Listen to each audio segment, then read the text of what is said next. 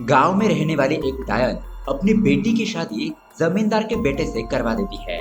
लेकिन ये शादी जब वो दोनों छोटे थे तब हुई थी। पर जमींदार का बेटा उस लड़की से शादी नहीं करना चाहता था, लेकिन फिर भी उसकी जबरदस्ती शादी करवाई जाती है। उसके बाद कुछ घटनाएं ऐसी हो जाती है जिस वजह से उस लड़की की मौत हो जाती है। लेकिन बहुत साल गुजरने के बाद उस लड़की की आत्मा बदला लेने के लिए वापस लौटती है। वो आत्मा यहाँ पर वापस क्यों आई है और वो कितनी तबाही मचाएगी, यही देखेंगे हम आज की डरावनी कहानी में, जिसका नाम है द वाइफ। दोस्तों, ये बहुत ही जबरदस्त हॉरर मूवी है।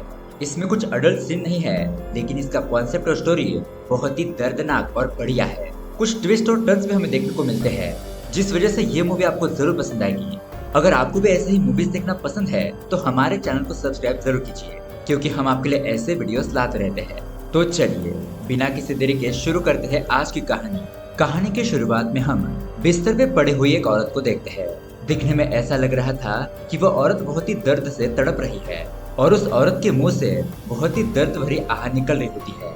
तभी वहाँ पर एक दूसरी औरत आती है और अपने हाथ में पिलो लेकर उस पिलो की मदद से उस औरत को मार देती है जो बिस्तर में लेटी हुई थी। और यहीं पर यह सीन कट हो जाता है। अब उसके अगले सीन में हमें एक बंदे से इंट्रोड्यूस करवाया जाता है और उसका नाम है विक्रम। फिलहाल विक्रम किसी के साथ अपनी गाड़ी में कहीं पर जा रहा होता है कि तभी उसकी गाड़ी का टायर पंचर हो जाता है। इसलिए वो ड्राइवर गैराज को ढूंढने के लिए मेन रोड की तरफ जाने लगता है और दरअसल ये दोनों किसी सुनसान रास्ते से जा रहे थे। खैर, अब वो ड्राइवर वहाँ से जाने के बाद विक्रम हल्के से अपनी आंख बंद करता है, मतलब कि उसे नींद आ जाती है कि तभी उसके बगल से कोई चीज गुजरने लगती है। उसकी आहट सुनकर झट से विक्रम अपनी आंखें खोलता है। वो जब अपनी गाड़ी से उतरकर नीचे देखता है तो वहाँ पर साइकिल नीचे पड़ी हुई थी, लेकिन उस रास्ते पर कोई भी नहीं था। वो रास्ता एकदम सुनसान होता है। तभी वहाँ पर विक्रम को साइड के खेत से कुछ आवाजें आने लगती है। अब of course her horror movie की तरह ही विक्रम को यहाँ पर वहाँ क्या है ये देखने की चुल मचती है और वो उस खेत की तरफ जाने लगता है और ये सीन भी यहीं पर कट हो जाता है। खैर, अब उसके अगले सीन में दो लोगों का इंट्रोडक्शन होता है। बंदे का नाम होता है वरुण और बंदी का नाम होता है आर्या और ये दोनों हस्बैंड वाइफ है। इन दोनों ने हाल ही में एक नया घर खरीदा है और आज ये दोनों अपने सारे सामान को उस नए घर में शिफ्ट कर रहे थे। यहाँ पर हमें पता चलता है कि इससे पहले ये घर किसी बूढ़ी औरत का था जो किसी बीमारी की वजह से गुजर गई। इस तरह से ये दोनों जब बातें कर रहे होते हैं तो हमें ये बातें पता चलती है। अब यहाँ पर एक और बात यह है कि आर्या बच्चा चाहती है, लेकिन वरुण अभी इसके लिए रेडी नहीं है। वरुण आर्या को और 2 साल रुकने के लिए कहता है, क्योंकि अभी अभी ये लोग सेटल ही हो रहे हैं और इसलिए अब आर्या भी वरुण की बात मान लेती है। अब इसी बातों ही बातों में वो दोनों रोमांटिक मूड में आ जाते हैं। लेकिन तभी अचानक एक अलमारी का दरवाजा अपने आप ही हिलने लगता है, जोर से खटखटाने लगता है। ये देखने के बाद वरुण धीरे धीरे करते हुए उस अलमारी की तरफ जाता है, उस अलमारी को ओपन करता है और तभी उस अलमारी से एक कौवा बाहर निकलता है। उस कौवे को देखकर ये दोनों ही घबरा जाते हैं। खैर, अब उसके थोड़ी देर बाद आर्या के फ्रेंड उसे कॉल करती है, उसका हालचाल पूछने लगती है कि नया घर कैसा है, तुम लोगों का कैसा चल रहा है। तो आर्या बालकनी में जाकर अपने फ्रेंड से बातें करने लगती है और अपनी बात खत्म होने के बाद आर्या ये देखती है कि बालकनी का जो ग्रिल है वो हिल रहा है, मतलब कि वो लूज हो गया था। लेकिन आर्या इसके बारे में वरुण को बताना ही भूल जाती है। और यहाँ पर जब नीचे वरुण अपने सामान को उतर रहा होता है तभी उसको विक्रम की तरफ से कॉल आने लगता है, लेकिन वरुण उसका कॉल पिकअप नहीं करता। अब दोस्तों, वरुण के बारे में बात करें तो वो एक एडिटर है, काफी देर रात तक काम करते रहता है, एटलीस्ट 1 से 2 बजे तक, और फिर वरुण अपना काम खत्म करके सो जाता है। अब हमें यहाँ पर लगता है कि एक अनजान एंटिटी आर्या को घूर रही है, वो उसकी तरफ आगे बढ़ रही है। खैर, जब सुबह होती है तो आर्या किचन में थी, चाय वगैरह बना रही थी और उसी तरह से एक कप निकालकर टेबल पर रखती है और पानी को उबालने लगती है। और जब पानी उबल जाता है तो वहाँ पर उस टेबल पर वो कप नहीं था। आर्या को लगता है कि शायद मैंने ये कप यहाँ पर रखा ही नहीं था। अब कॉफी वगैरह बनाने के बाद आर्या अपने घर में इधर उधर घूम रही होती है कि तभी उसके कमरे का दरवाजा अपने आप ही बंद हो जाता है और ये देखकर आर्या बहुत ही बुरी तरीके से चीख मारती है। वो बहुत ज्यादा घबरा गई थी। तभी वहाँ पर वरुण दौड़ता हुआ आर्या के पास आता है और उसे संभालता है। वरुण उसे समझाने लगता है कि शायद हवा की वजह से दरवाजा बंद हो गया होगा। खैर, जब रात हो जाती है तब आर्या वरुण के पास्ट के बारे में उसे पूछने लगती है, क्योंकि आर्या को वरुण के बचपन के बारे में, उसकी फैमिली के बैकग्राउंड के बारे में कुछ भी पता नहीं था। लेकिन यहाँ पर वरुण आर्या को कुछ भी नहीं बताता, वो बहाना बनाकर इस बात को टाल देता है। और जब दूसरे दिन वरुण अपना काम कर रहा होता है तो विक्रम उसे फिर से कॉल करने लगता है, लेकिन यहाँ पर वरुण भी फिर से विक्रम का कॉल कट कर देता है। यहाँ इस तरफ घर में जब आर्या अपने काम में लगी होती है तो उसे एहसास होता है कि उसके कमरे से बाहर कोई गुजरा। यही चेक करने के लिए आर्या अपने कमरे से बाहर जाती है, लेकिन वहाँ पर कोई भी नहीं था। और उसी तरह से और भी कुछ इंसिडेंट्स पेश आते हैं, जैसा कि दूसरे कमरे का दरवाजा खुलना, वॉशिंग मशीन का डोर अपने आप में ओपन होना और दूसरे कमरे से अजीबोगरीब आवाजें आना। लेकिन बाद में पता चलता है कि वो तो आर्या के घर में काम करने वाली बाई होती है जिसका नाम था अंजना। अब उसके बाद जब रात होती है तो आर्या अपनी सुबह का इंसिडेंट वरुण को बताने लगती है, लेकिन वरुण इन सारी चीजों को आर्या का वहम बताने लगता है। और जब वरुण सो रहा होता है तो विक्रम फिर से वरुण को कॉल करता है और इस पर वरुण किसी दूसरे कमरे में जाकर फोन को पिकअप करता है। वरुण विक्रम से कहता है कि मैंने तुम्हें कितनी बार कहा है कि मुझे कॉल मत करो। खैर, फोन में बात करने के बाद वरुण को कुछ अजीबोगरीब फ्लैशबैक नजर आते हैं और इन चीजों में एक लड़की होती है, एक साइकिल होती है और एक सुनसान रास्ता होता है। उसी तरह से एक अजीबोगरीब प्लेस भी था।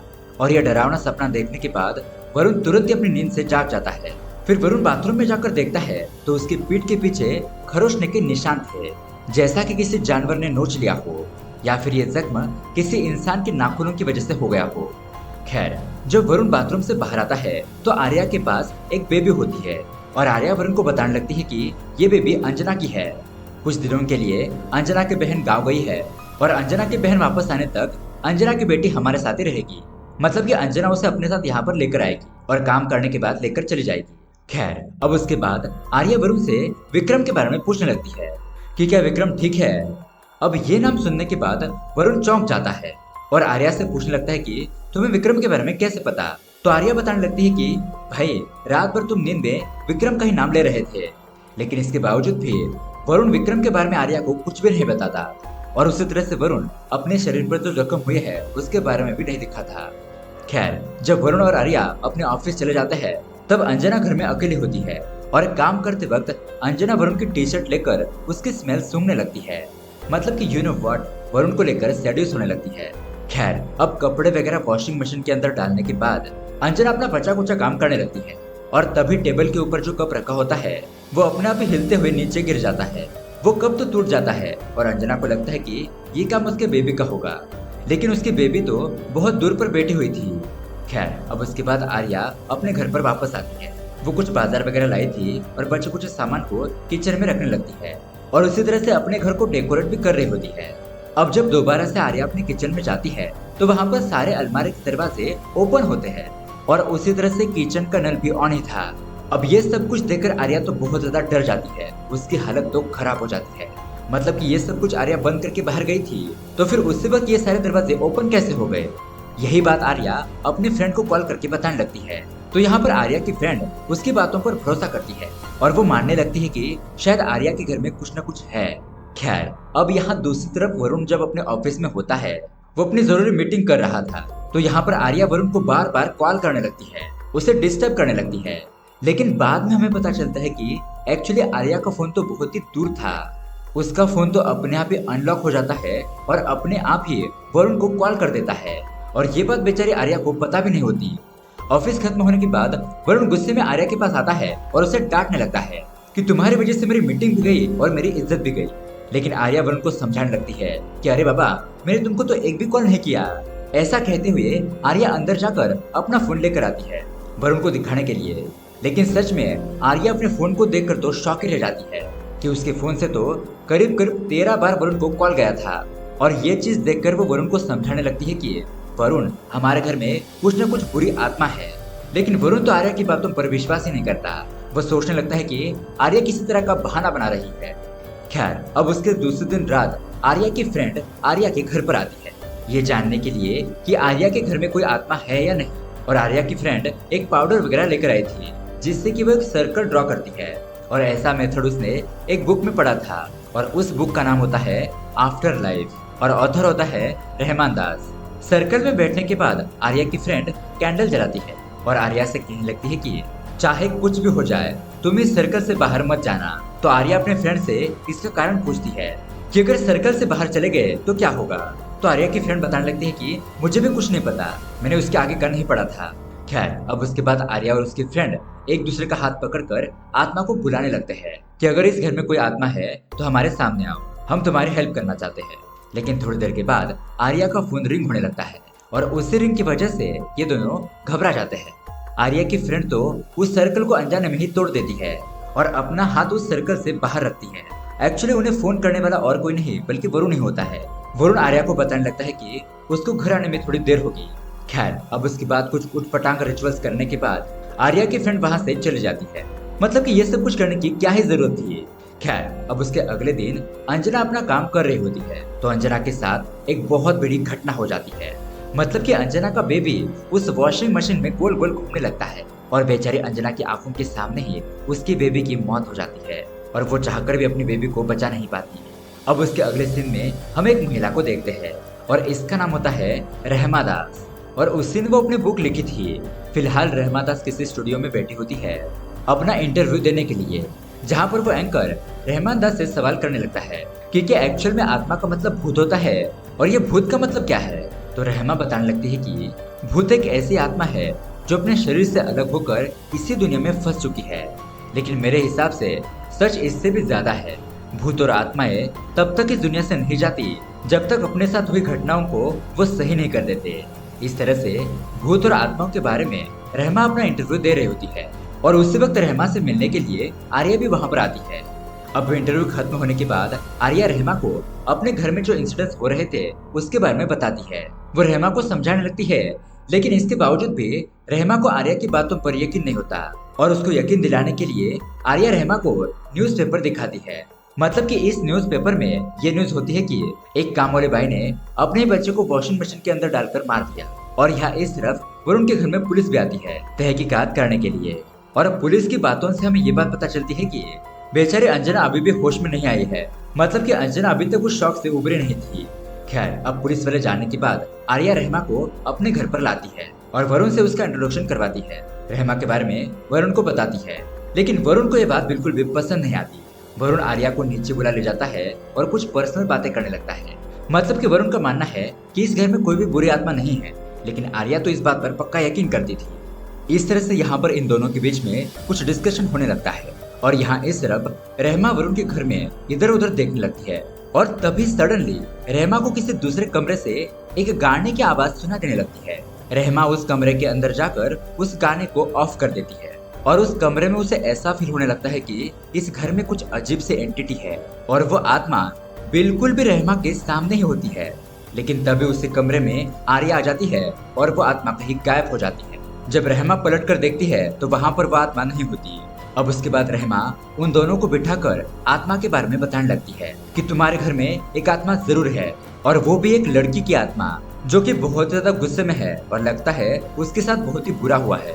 रहमा आर्या को ये भी बताती है कि एक्चुअली ये घर हॉन्टेड नहीं है बल्कि तुम्हारा पति हॉन्टेड है। वो आत्मा तुम्हारे पति के पीछे पड़ी है, तुम्हारी शादी तोड़ना चाहती है। और उसी तरह से यहाँ पर रहमा उन दोनों से सारिका कौन है ऐसा पूछती है, लेकिन सारिका कौन है ये उन दोनों को नहीं पता।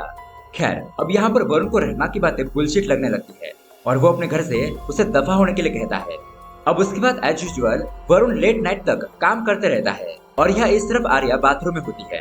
खैर कुछ देर के बाद वरुण भी अपने बिस्तर पे जाकर सो जाता है।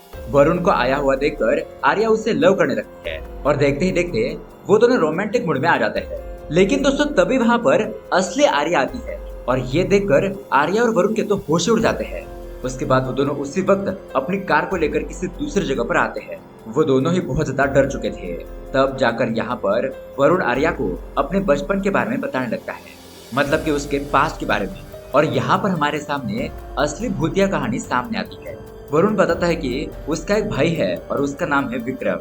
ये दोनों ही भाई एक दूसरे से बहुत ज्यादा प्यार करते थे, लेकिन वरुण का फादर बहुत ही घटिया किस्म का इंसान था। वरुण के फादर ने किसी इंसान को कुछ पैसे उधार के तौर पर दिए थे। जब वो किसान वो पैसे टाइम पर लौटा नहीं पाया तो वरुण के फादर ने उस किसान की बेटी पर जबरदस्ती की। जब ये बात किसान को पता चले तो वो अपने बेटे के लिए आवाज उठाने लगा, पुलिस के पास जाने की धमकी देने लगा। तो उस किसान से बचने के लिए वरुण के पिताजी ने एक औरत का सहारा लिया। सारे गांव के लोग उस औरत को डायन कहकर बुलाते थे और एक्चुअली औरत एक विच होती है। इस औरत की एक अजीबोगरीब बेटी है और उसका नाम है सारिका। तो एक दिन वरुण का फादर वरुण और विक्रम को उस औरत के पास लेकर जाता है और वो औरत वरुण के फादर की हेल्प करने के लिए राजी हो जाती है। उसी तरह से वो औरत कुछ शैतानी रिचुअल्स करती है और यहाँ दूसरी तरफ उस किसान की लड़की को मेंस आने लगते हैं। लेकिन बदले में यहाँ पर वो औरत वरुण के फादर से वरुण का हाथ मांगती है, उसकी बेटी के साथ शादी करने के लिए कहती है। तो यहाँ पर लालच में आकर वरुण के फादर ने अपने बेटे वरुण की बलि चढ़ा दी। मतलब कि वरुण का पिता वरुण की शादी उस बेटी से तय कर देता है। अब जब से शादी की बात तय होती है तब से सारिका वरुण को फॉलो करने लगती है। वो उसे हमेशा देखती रहती थी, लेकिन ये बात वरुण को बिल्कुल भी पसंद नहीं थी और वो इस शादी से मना कर देता है। लेकिन वरुण का फादर अपने बेटे को बहुत ही बुरी तरीके से मारता पीटता है और इसी सदमे की वजह से वरुण की माँ की मौत हो जाती है। अब उसके बाद जब पूर्णिमा का दिन था तब वो औरत वरुण के फादर को और वरुण को अपने घर पर बुलाती है और कुछ अजीब तरह के रीति रिवाज के साथ वरुण और उस लड़की की शादी करवा देती है। पहले तो वो औरत अपने हाथ को काट के खून जमा करती है और उस खून से एक दूसरे के माथे पर तिलक करने के लिए कहती है। मतलब कि वरुण सारिका को तिलक लगाता है और सारिका वरुण को। यहाँ पर ये डायन कुछ अजीब तरह से शादी करवा देती है और जब इस तरह से इन दोनों की शादी हो जाती है तो सारिका और भी ज्यादा वरुण को फॉलो करने लगती है। मतलब कि वरुण जहाँ पर भी जाता सारिका उसका पीछा ही नहीं छोड़ती, वो उसे चुपचाप देखती रहती। अब ऐसे ही एक दिन जब सारिका अपने साइकिल से कहीं पर जा रही थी तो वरुण का भाई विक्रम सारिका को उस साइकिल से नीचे गिरा देता है और उसे घसीटते हुए किसी जगह पर लेकर आता है। अब ऑफ कोर्स वहाँ पर वरुण भी मौजूद था, लेकिन वरुण विक्रम को नहीं रोकता। यहाँ इस तरफ विक्रम सारिका को मारने की कोशिश करता है। तभी उसी वक्त सारिका के हाथ में एक पत्थर आता है, जिसकी वजह से सारिका उस पत्थर को लेकर विक्रम के सर पर वार करती है। लेकिन फिर इसी हाथापाई के दौरान विक्रम सारिका को मार ही देता है। ये देखकर वरुण बहुत ज्यादा घबरा जाता है, डर जाता है और वरुण फौरन अपने गाँव को छोड़कर शहर चला जाता है। उसने अभी तक अपने गांव की तरफ पलट कर भी नहीं देखा था और वरुण को ये बात पता चली थी कि विक्रम काफी बार जेल जा चुका था और जब कभी भी विक्रम जेल से बाहर आता तो वो वरुण को कॉल करता था और इसीलिए वरुण विक्रम का कॉल पिकअप नहीं करता। अब इसी तरह से ये सारी बातें वरुण उस दिन आर्या को बताने लगता है कि एक दिन जब वरुण ने विक्रम के फोन को पिकअप किया था और वो घटना आपको याद भी होगी। एक्चुअली उस वक्त बात करने वाला विक्रम नहीं था, विक्रम का एक साथी था और वो वरुण से कहने लगता है कि विक्रम अब इस दुनिया में नहीं रहा। कुछ अनजान तरीके से विक्रम की मौत हो गई और मरते मरते विक्रम ने वरुण के लिए एक मैसेज छोड़ा है और वो मैसेज ये है कि सारिका वापस आ चुकी है। अब दोस्तों उसके बाद हम व्यूअर्स को मूवी का पहला सीन दिखाया जाता है, जहाँ पर हमें ये बात पता चलती है कि बिस्तर पर लेटी हुई और कोई नहीं बल्कि वो तो सारिका थी, जो कि बहुत ही बुरी हालत में थी, दर्द के मारे चिल्ला रही थी। सारिका की माँ ने ही सारिका को पिलो से मार दिया और सारिका की आत्मा के साथ कुछ रिचुअल्स वगैरह करने लगी और उसी आत्मा को उसने वरुण के पीछे लगा दिया। ऑफ कोर्स खून का रिश्ता था, इसलिए सारिका की आत्मा वरुण को नहीं छोड़ती। खैर अब उसके दूसरे दिन सुबह वरुण आर्या को कोलकाता जाने के लिए कहता है। वो आर्या को उसके मायके भेजना चाहता था क्योंकि उसकी सेफ्टी के लिए। वो आर्या से कहता है कि ये मेरा मामला है, मैं इसे सुलझा लूंगा। लेकिन आर्या वरुण का साथ नहीं छोड़ना चाहती, वो उसे इस परेशानी में उसकी मदद करना चाहती है। खैर अब उसी दिन रात रहमा और उसका साथी गणेश वरुण के घर पर आते हैं उस बुरी आत्मा को भगाने के लिए। अब गणेश वरुण को एक चेयर में बिठाकर उसके हाथ को बांध देता है और वरुण और आर्या को समझाने लगता है कि पहले सारिका की आत्मा को वरुण के शरीर में लाना होगा, उसके बाद वरुण सारिका की दुनिया में जाएगा। मतलब वो दुनिया जो मौत और जिंदगी के बीच में है। इस तरह से ये लोग मंत्र वगैरह पढ़ने लगते हैं सारिका की आत्मा को उसकी दुनिया में भेजने के लिए। अब इस रिचुअल्स के दौरान कुछ भी हो सकता है, ऐसा कहते हुए रहमा वरुण को आंखें बंद करने के लिए कहती है और उसे हिप्नोटाइज कर देती है। देखते ही देखते वरुण किसी दूसरे दुनिया में आ जाता है। वरुण जब अपनी आंखें खोलता है तो वो किसी और ही दुनिया में था। पता नहीं उसके हाथ में वो लाइटर कैसे आ जाता है, लेकिन वो लाइटर को ऑन करता है और उस माहौल को इधर उधर देखने लगता है। तभी वरुण उस कमरे के ऊपर ये लिखा हुआ देखता है कि ना मेरी गलती माफ थी ना तुम्हारी होगी। जब वरुण थोड़ा सा आगे जाता है तो वहाँ पर उसे उस डायन की लाश दिखाई देती है जो हैंगिंग में होती है।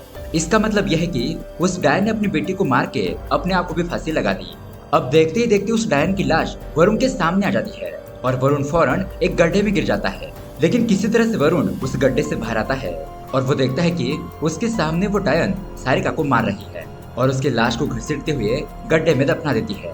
मतलब कि पास में जो कुछ भी हुआ था वो वरुण यहाँ पर देख पा रहा था। वो डायन उस लाश के ऊपर कुछ मंत्र वगैरह भी पढ़ती है और एक्चुअली वरुण और कहीं नहीं बल्कि उसी डायन के घर में होता है, मतलब कि सारिका के घर में। जब वरुण दूसरे कमरे में जाता है तो वरुण देखता है कि वो डायन सारिका के मुंह पर पिलो रखकर उसे मार देती है। जब वरुण वहां से चादर हटाता है तो वहां पर सिर्फ घास फूसी थी, लेकिन तभी अचानक एक हाथ आकर वरुण के गले को पकड़ लेता है और यहाँ इस तरफ रियलिटी में सारिका की आत्मा वरुण को रोक रही थी यहाँ असली वर्ल्ड में वरुण सफर करने लगता है। देखते देखते वरुण का पेट भी फूलने लगता है और उसे बहुत ही जोरों से दर्द हो रहा था। उसी तरह से वरुण के मुंह से बदबू भी आने लगती है। तभी यहाँ पर रहमा सारिका की आत्मा को बताने लगती है कि तुम्हारा बदला तो पूरा हो चुका है, तुमने विक्रम को मार दिया है, इसलिए अब तुम वरुण को छोड़ दो। लेकिन इसके बावजूद भी सारिका की आत्मा वरुण को नहीं छोड़ती। वो उसे हवा में उठाने लगती है और रहमा को एक जोर से थप्पड़ भी मारती है, जिसकी वजह से रहमा दूर जाकर गिरती है और उसके कान की इयररिंग भी गिर जाती है। तभी यहाँ पर गणेश फौरन कुछ मंत्र पढ़ने लगता है और वरुण के हाथ को जलाने लगता है। अब यहाँ पर कुछ रिचुअल्स करने के बाद सारिका की आत्मा वरुण के बॉडी से निकल जाती है। अब ये सीन यहीं पर कट हो जाता है। उसके अगले दिन हम देखते हैं आर्या रहमा की वो इयररिंग देखती है जो कि कल रात वहाँ पर गिर गई थी।